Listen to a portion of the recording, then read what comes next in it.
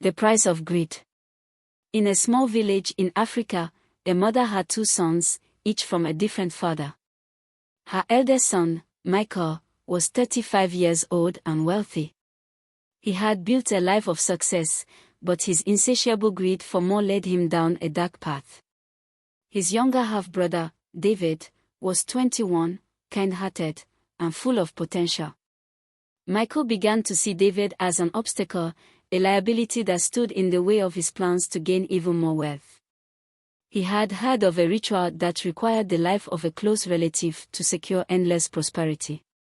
However, there was a catch: if David were to die in the village elders would perform their traditional rites during the burial, and the truth of his death would surface.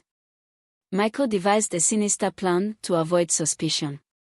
He approached their mother, disguising his intentions with charm and concern. "David has so much potential," Michael said. "He deserves a better life. I want to send him abroad for opportunities he can't find here. But please, don't tell his father, it should be our little secret." The mother, blinded by Michael's wealth and promises, agreed. Together, they processed David's travel documents swiftly. On the day of departure, Michael accompanied David to the airport.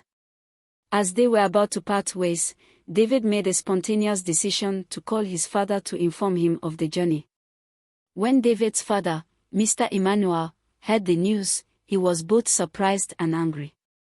In their culture, no one should travel abroad without undergoing traditional protection rituals. Mr. Emmanuel rushed to the airport, arriving just in time to see his son off. "You should have told me earlier," Emmanuel scolded.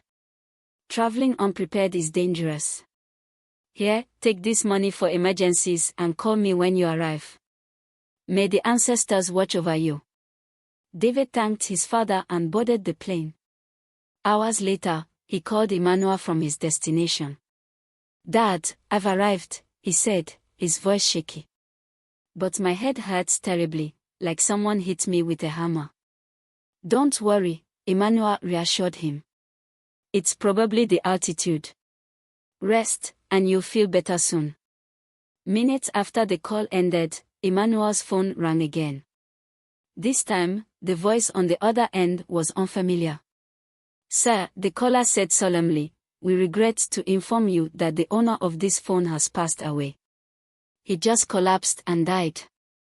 We need an email address to send the necessary documentation for returning his body." Emmanuel froze, disbelief washing over him. His son, whom he had just seen hours ago, was now gone. And worse, his body was being sent back home in a casket, stripped of its organs, leaving the village elders unable to uncover the truth. Themes and moral. This story serves as a powerful commentary on greed, betrayal, and the consequences of ignoring cultural traditions. It explores how the lust for wealth can drive people to unimaginable cruelty, ultimately resulting in tragedy for all involved.